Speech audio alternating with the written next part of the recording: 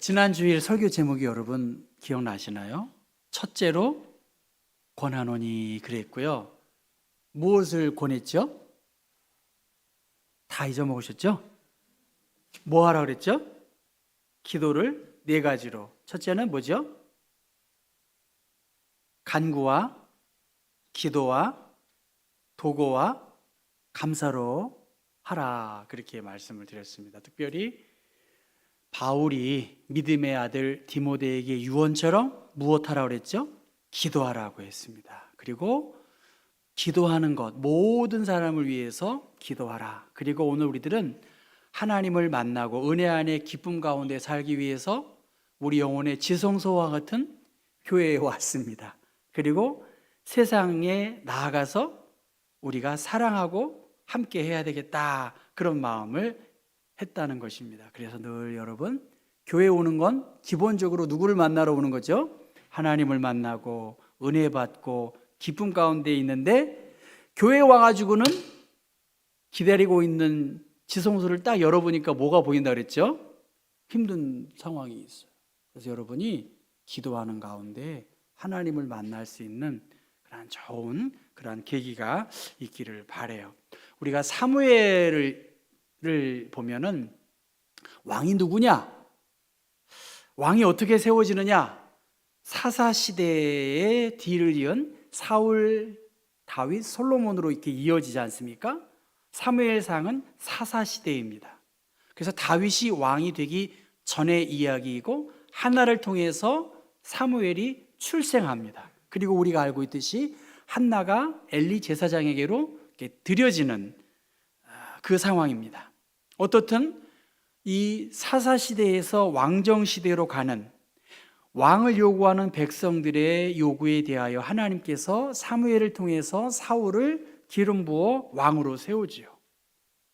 아쉽게도 사울이 하나님을 떠난 그러한 모습 속에서 여호와께서 사울을 버리시고 다윗을 기름 부어 세우는, 그 왕을 세우는 그 내용이 바로 이제 전개될 것입니다. 어떻든 여러분 그림에 보듯이 오른쪽에 엘리 제사장이 있고 그 옆에 소년 사무엘이 있습니다. 그리고 부르셨습니까? 그렇게 이야기하고 뭐라고 써 있죠? 부르지 않았다, 그렇게 말합니다. 대충 어려운 내용은 아니고 이 설교를 열심히 적고 있는 우리 집사님은 오해 목사님이 2019년에 한 본문을 똑같이 하나 하지만 내용은 좀 다를 겁니다.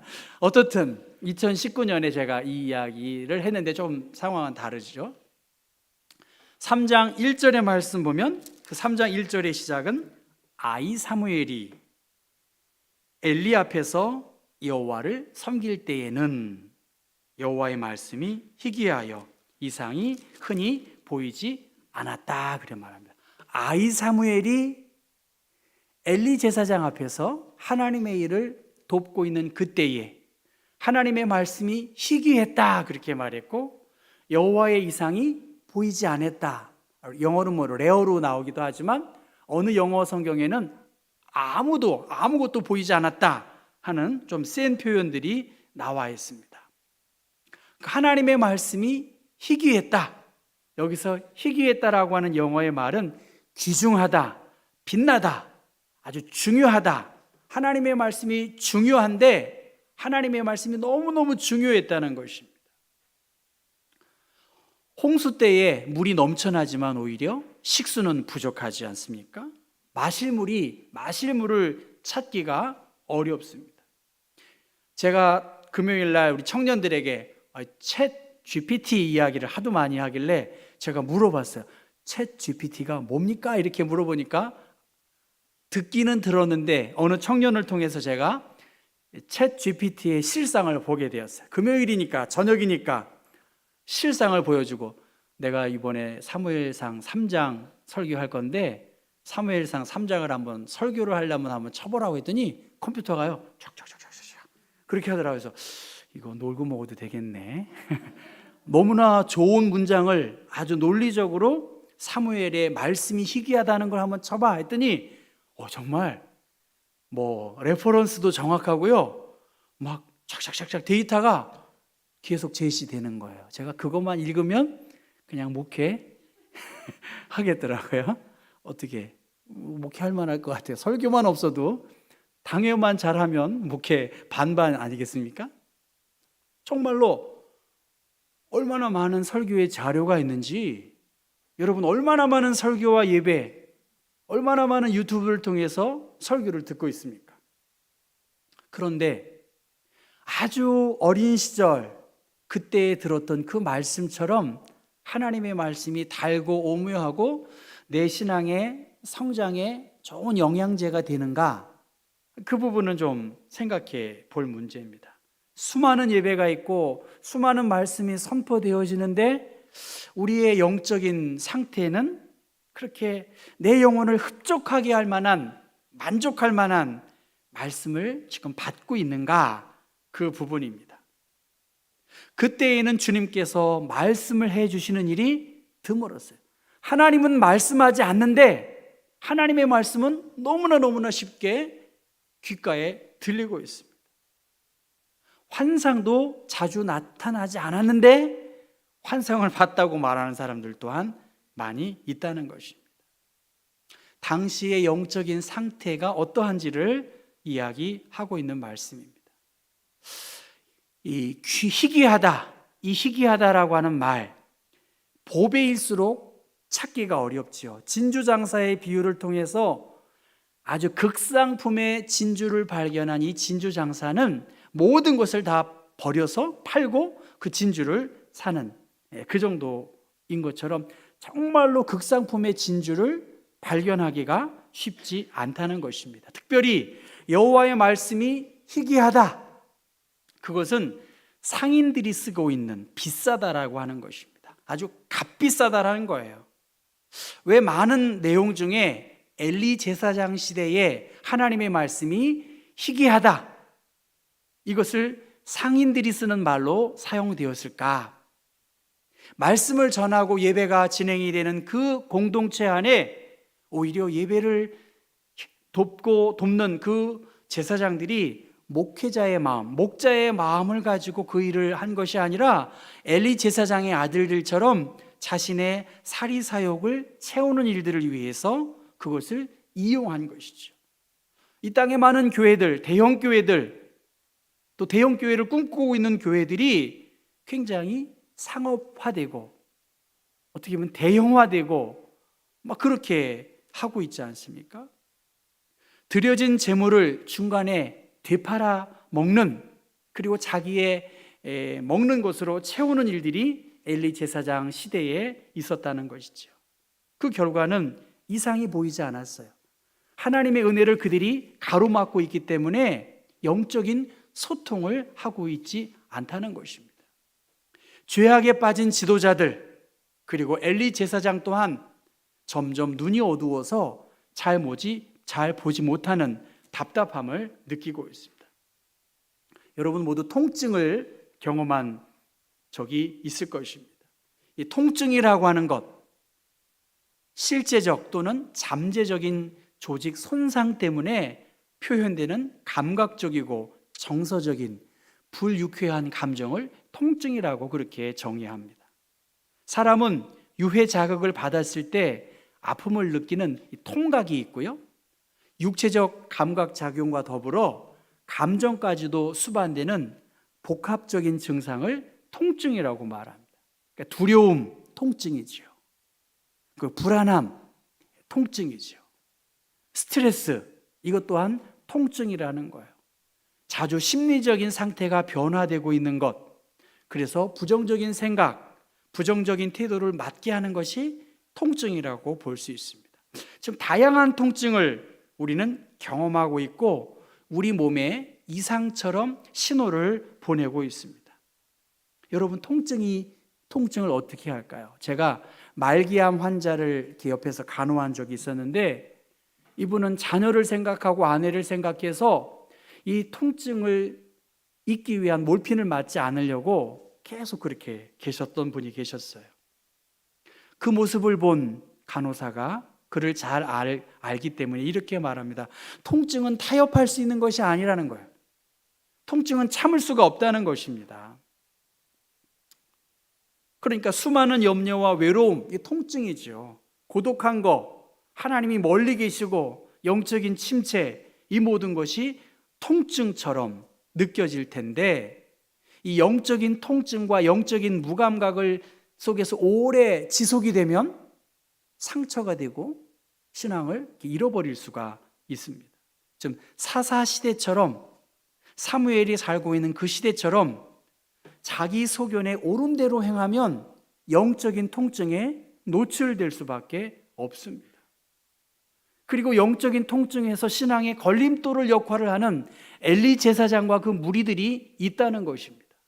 그러니까 하나님의 음성을 들을 수도 없었고 또 제사장으로서의 역할을 하지 못했던 그러한 모습입니다. 그런데 오늘 3장 3절의 말씀 보면 여호와의 등불은 아직 꺼지지 않았다라고 말합니다.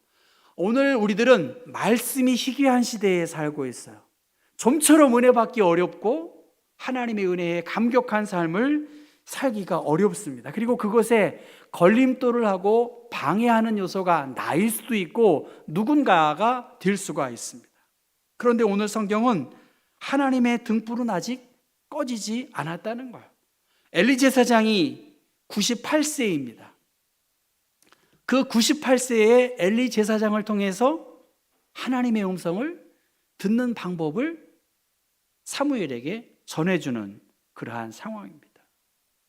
하나님은 매 시대마다 아론도 부르시고 미리암도 부르시고, 그래서 환상 가운데 꿈 가운데 하나님의 뜻을 알려주고 있고, 모세 또한 그 부름을 받아서 충성을 다하는 일을 마쳤습니다. 히브리서 1장 1절에도 옛적에 선지자들을 통하여 여러 부분과 여러 모양으로 우리 조상들에게 하나님께서 말씀하셨다는 거예요. 여러 부분과 여러 모양으로 저 엘리 제사장과 같은 98세의 그 어떻게 보면 무기력하고 무능력해 보이는 저 노종을 통해서도 하나님은 말씀해 주고 있고, 마지막 날에는 아들을 통하여서 우리에게 말씀을 주고 있다는 것입니다. 여러분, 오늘 우리는 어느 시대를 살고 있습니까? 말씀이 희귀해요. 이 풍요의 시대에 예전의 신앙의 감격과 부흥을 누리고 있지 못합니다. 그리고 문제와 현상만 바라보고 있어요. 청년들을 보면서 그 가운데 하나님을 경외하는 거룩한 마음을 갖고 있는 청년들이 제가 있는 거 보고 있어요. 그리고 그 청년들에게 한번 부흥을 한번 꿈꾸고 한번 부흥을 한번 이루기를 위해서 좀 사모해보자. 좀 그렇게 도전하고 싶어요. 그냥 다니는 청년들도 있어요. 그러나 그 중에서 하나님을 경외하는, 하나님의 말씀이 아직, 여호와의 등불이 아직 꺼지지 않은 그 등불을 가지고 있는 청년들을 보면서 한번 부흥을 이야기해보고 한번 부흥을 꿈꿔보고 한번 그것을 한번 해보자. 저는 그렇게 말하고 싶습니다. 여호와의 등불이 희귀하고 있어요. 여호와의 등불이 그런데 아직 꺼지지 않았다는 거예요. 지금 제사장을 통해서 지성소와 성소 앞에 놓여 있는 이 불이 꺼져가고 있다라고 하는 것은 새벽 미명쯤 됐을 것 같아요. 새벽이 가까워오고 있습니다. 다른 말로 말하면 새벽에 하나님이 도우시고 고대 사회의 세계에서도 신이 가장 출현하는 시간은 새벽 시간이에요. 칠흑 같은 어두움이 있지만 아직 이스라엘에게는 꺼지지 아니하는 등불을 가지고 있고, 그 꺼지지 아니하는 등불에서 누워 잠자고 있는 소년 사무엘을 하나님은 주목하고 있습니다. 엘리 제사장은 어디에 있습니까? 자기 처소에 누워 있었어요. 이것을 꼭 98세의 노종이 당연히 자기 처소에 누워 있어야 되겠지만, 그의 삶을 생각한다면 기존의 자기의 생각과 자기의 처지에서 머물러 있다는 거고요. 소년 사무엘은 하나님이 말씀하시면 들을 준비가 되어 있는 상태에서 주님의 음성을 들으려고 3번에 걸친 반복 속에서 하나님의 음성을 듣기 위해서 그 자리에서 누워있는 상황입니다. 그러니까 사무엘이 단지 여호와의 전 안에서 누워있다고 해서 그냥 잠자기 위해서 누워있는 것이 아니라 하나님의 음성을 듣기 위해서 그가 누워 있다라고 그렇게 말하고 있습니다. 그런데 그 사무엘을 나이로 치면 역사가 요세푸스는 12세 정도의 나이가 될 것이라고 했고, 히브리인들에게 있어서의 12세는 성인의 역할을 감당할 그러한 나이라고 그렇게 말합니다. 그러니까 성인의 나이가 되었음에도 불구하고 적어도 10년 정도의 나이가 찼음에도 불구하고 성전에서 생활한 그 사무엘이 하나님의 음성을 듣는 방법을 몰랐다는 거예요. 여러분, 교회에 다니면서 하나님의 음성을 듣는 일에 무관심하거나 모른다고 한다면 이건 자신의 신앙을 한번 살펴봐야 되겠죠. 그런데 사무엘이 하나님을 어떻게 만나는지, 하나님의 음성이 무엇인지 알지 못했지만 적어도 누워있는 그 사무엘이 가장 깨기 어려운 그 순간에 엘리에게로 달려갔다는 거예요. 가장 잠이 많을 그 12세 소년 사무엘을 하나님이 부르시니까 일어나기 힘든 가장 그 힘든 시간에 제사장에게로 달려갔다는 것입니다. 그러니까 무슨 말일까요? 이 소년 사무엘이 깨어있는 마음과 정신을 갖고 있다는 것이죠. 도둑은 언제 올까요? 2, 3시쯤에 도둑이 잘 집을 찾는다고 합니다. 저도 도둑을 맞아본 적이 있는데요, 경찰이 그래요. 2시, 3시가 가장 도둑들이 출몰하는 그러한 시간이라는 거예요. 그러니까 하나님의 신이 가장 힘들고 일어나기 어려운 그때에 사무엘을 불렀고, 사무엘을 부르니 사무엘이 달려갔다고 했습니다. 한 번 달려간 것도 아니고 처음에는 달려갔고 이제는 가고 그렇게 하기를 반복한 것이죠. 그때 엘리 제사장을 통해서 어떻게 그 방법을 듣게 됩니다. 여러분, 성경 내용이 그렇게 어려운 내용이 아니기 때문에 한번 9절과 10절 말씀을 읽어보겠습니다. 엘리가 사무엘에게 이르되 가서 누웠다가 그가 너를 부르시거든 내가 말하기를 여호와여 말씀하옵소서 주의 종이 듣겠나이다 하라 하니 이에 사무엘이 가서 자기 처소에 누우니라. 또 누웠어요. 그 다음에 다시 10절 말씀 있습니다. 여호와께서 임하여 서서 전과 같이 사무엘아 사무엘아 부르시는지라. 사무엘이 이르되 말씀하옵소서 주의 종이 듣겠나이다. 하나님께서 사무엘에게 서서 사무엘을 부르시고 있고, 이제 그 소리를 엘리 제사장을 통해서 듣게 된 것입니다. 사무엘이 아직 여호와를 알지 못하는 그때, 여호와의 말씀도 아직 그에게 나타나지 않냐는 그때에 어떻게 하나님의 음성을 들을 수 있겠습니까? 여러분, 그러니까 사람은 어떤 것에 대해서 아예 모를 수도 있습니다. 왜? 접해보지 않았기 때문이겠지요. 지금 엘리 제사장을 통해서 하나님의 음성인지를 알고 분별할 수 있었습니다. 그리고 하나님을 섬기는 신앙인으로서 이 하나님의 말씀이 희귀한 그때에 사무엘에게 하나님의 말씀이 임한 것이죠. 저는 오늘 이 내용에 여러 포인트가 있겠지만 하나님의 말씀이 희귀한 시대예요. 여러분, 은혜 받기가 쉽지 않습니다. 목사가 은혜 받기가 제일 어렵고요, 우리 장로님들이 은혜 받기가 어렵습니다. 짐이 너무 무거우니까. 교회 오래 다닌 사람이 은혜 받기가 어려워요. 왜 그럴까요? 자기의 처소에 누워 있기 때문이에요. 이 자리를 박차고 여호와의 궤 앞에 누워서 하나님의 음성을 들으려고 해야 되지 않겠습니까? 그러니까 목사로서, 장로로서 신앙생활을 오래 하면 오래 할수록 은혜 받기 어려워요. 타성에 젖어서 자기의 의로 믿음 생활을 할 확률이 높습니다. 권사님들도 마찬가지예요. 여호와의 말씀이 희귀한 시대에 살고 있다고 한다면 우리는 어떻게 해야 할까요? 하나님의 등불은 아직 꺼지지 않았습니다. 경복교회에 향한 하나님의 등불은 아직 꺼지지 않았어요. 여러분 믿으시나요?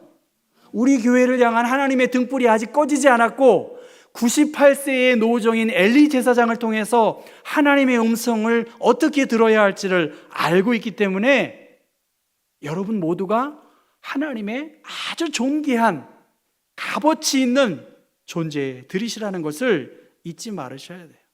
이 경복교회를 부르시고 나의 현재에서 사명을 맡겨주셨는데 우리는 우리가 누워있는 그 처소에서 내 생각이 아니라 하나님의 음성으로 들려지고 보여지기를 꿈꿔야 되겠습니다. 엘리사는 자기가 보는 것을 보지 못한 사환의 눈을 열어달라고 열왕기하 6장 17절에 기도합니다. 나는 보고 있는데 내 수하에 이 사환은 보지 못하기 때문에 기도하니까 어떻게 하나요? 여호와여 원하건대 그의 눈을 열어서 보게 하옵소서. 그렇게 기도하니까 어떻게 할까요? 여호와께서 그 청년의 눈을 여심해 그가 보니 불말과 불병거가 산에 가득하여 엘리사를 둘렀더라. 그것을 본 거예요. 오늘 장로님께서 기도해 주신 것처럼 우리가 꿈꾸는 교회가 돼야 되지 않겠어요? 아멘인가요? 경복교회가 꿈을 꿔야지 맨날 뭐 과거의 이야기하면 전 너무너무 많이 들었어. 그만 해서도 전 다 알아들어요. 무슨 말이에요? 앞으로의 일들을 좀 이야기해야 되지 않겠습니까? 여호와의 등불은 아직 꺼지지 않았고 여러분은 아직 98이 안 되셨어요. 아직 98이 안 되셨어요. 우리는 충분히 하나님의 등불을 밝혀야 하고 이 등불이 꺼지지 않고 세대와 세대를 이어가게 하도록 그 일을 감당하셔야 되겠습니다. 무능력해 보이는 엘리 제사장, 언제 엘리 제사장만 원망하고 탓하겠습니까? 그런데 하나님은 그 엘리 제사장을 통해서 하나님의 음성을 듣는 방법을 배우게 됐잖아요. 하나님께서 신랑을 맞을 그 등불을 밝히라고 하는 그 정결한 신부로서의 역할로 우리가 그 역할을 감당하기를 기대하고 계십니다. 내가 어디에 있는가? 베레아에 있는 사람들, 그들은 날마다 성경을 상고했습니다. 오늘 우리에게만 하나님의 말씀이 희귀한 것이 아니고요. 여러분 유럽의 초기에 복음이 증거된 그 사람들에게 하나님의 말씀이 희귀하지 않았겠습니까? 그런데 어떤 사람에게는 그 말씀을 너무 귀하게 여겨서 날마다 성경을 상고하는 그러한 베레아 사람에게 하나님의 부흥의 역사가 나타났습니다. 오늘 지금도 하나님의 말씀은 희귀해요. 그 말씀이 선포되어지는 것을 나의 마음으로 받아들이고 영접하는 사람이 많지 않을 수도 있고요. 정말 순종하는 사람, 희귀하다는 거예요. 그런데 그 순종하는 사람이 순종하면 어떻게 해요? 보물과 같은 사람이라는 것입니다. 아무리 시대가 어두워도 하나님은 주무시지 않고요. 아무리 들리지 않는 것 같지만 내가 귀를 막고 있지 하나님은 끊임없이 우리를 부르시고 또 부르시고 있습니다. 기도의 등불을 끄지 말아야 되겠지요. 쉼 없는 섬김과 헌신이 우리에게 요청이 됩니다. 희귀한 시대를 살고 있습니다. 그런데 한편으로는 그래요. 제가 곰곰이 생각해 봤어요. 경복교회 장로 되기 어렵지 않습니다. 어렵지요, 옛날에는. 그런데 맘만 먹으면 경복교회 장로 될 수 있어요. 내가 신령과 진정으로 교회를 섬기면 교인들이 왜 인정해 주지 않겠습니까? 50대, 60대 몇 명 돼요? 어려운 것이 아니라는 것이죠. 이 가운데에서 저는 하나님의 말씀, 하나님의 등불, 우리 인생이 아직 꺼지지 않았기 때문에 희귀한 것이라고 흘러가지 않고 다시 한번 하나님이 찾으시고 부르시고 그 초점을 맞춰야 되지 않겠습니까? 주파수를 맞춰야 되지 않겠습니까? 얼마나 잡음이 많아요. 그런데 그 잡음을 지난 다음에 하나님이 나에게 주신 거룩한 부담, 그 주파수를 맞추고 이제는 말씀이 희귀하지만 그 말씀을 들은 사람에게는 존귀한 하나님의 축복이 그들 가운데 있음을 확신하고 우리 모두가 이 존귀한 하나님의 사람들로 값진 값어치 있는 그리스도인 되실 수 있기를 주님의 이름으로 부탁합니다.